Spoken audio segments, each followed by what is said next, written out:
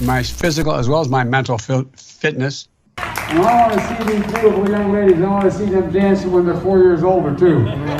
I'm looking forward to this, man. You walk behind me in a debate. Come here, man. Why should people want to make a change, though? Well, that's up to them to decide. Why should they? It's for them to decide.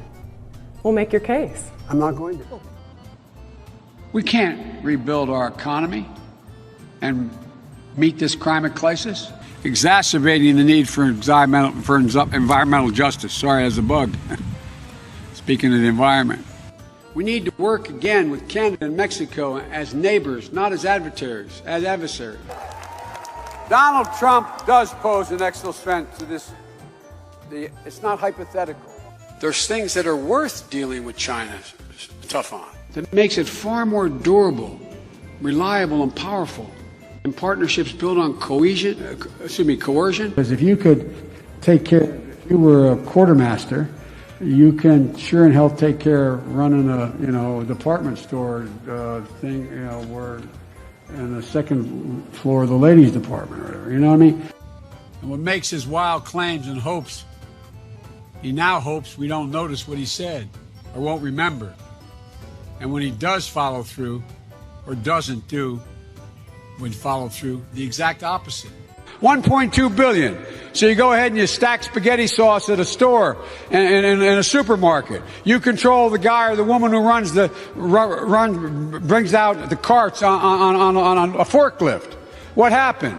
The way China will respond is when we gather the rest of the world that in fact believes in open trade and making sure that we're in a position that the world that we deal with WHO the right way. That in fact that's when things began to change. I looked at it anyway. That's what I think my plan. I know what my plan does. I mean. But I mean, it's not about, I know you're supporting by saying booing, but look, here's the deal. And I had a nurse nurses at Walter Reed Hospital who would bend down and whisper in my ear. Wow. And go home and get me pillows. They would make sure they'd actually, probably nothing ever taught in, you can't do it in the COVID time, but they'd actually breathe in my nostrils to make me move, to get me moving. So you don't make somebody else sick.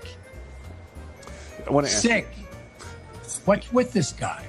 Well, the only thing we can do about it is be prepared. We have a whole group of lawyers who are going out to every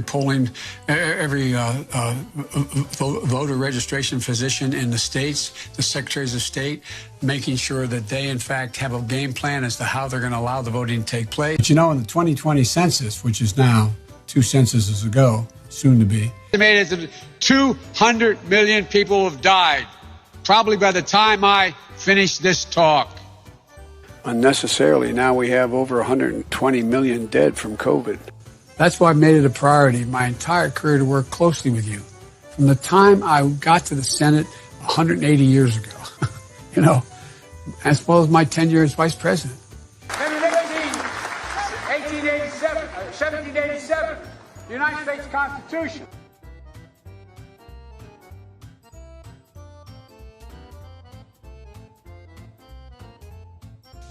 Good afternoon, everyone. Welcome to Kingswood Community Center.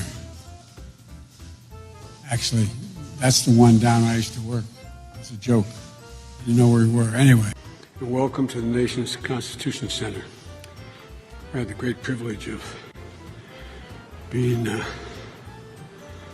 guest leader of this outfit for a year. It's an appropriate place to make the speech I'm about to make. Great job. God, love you. How are you? Hey, everyone.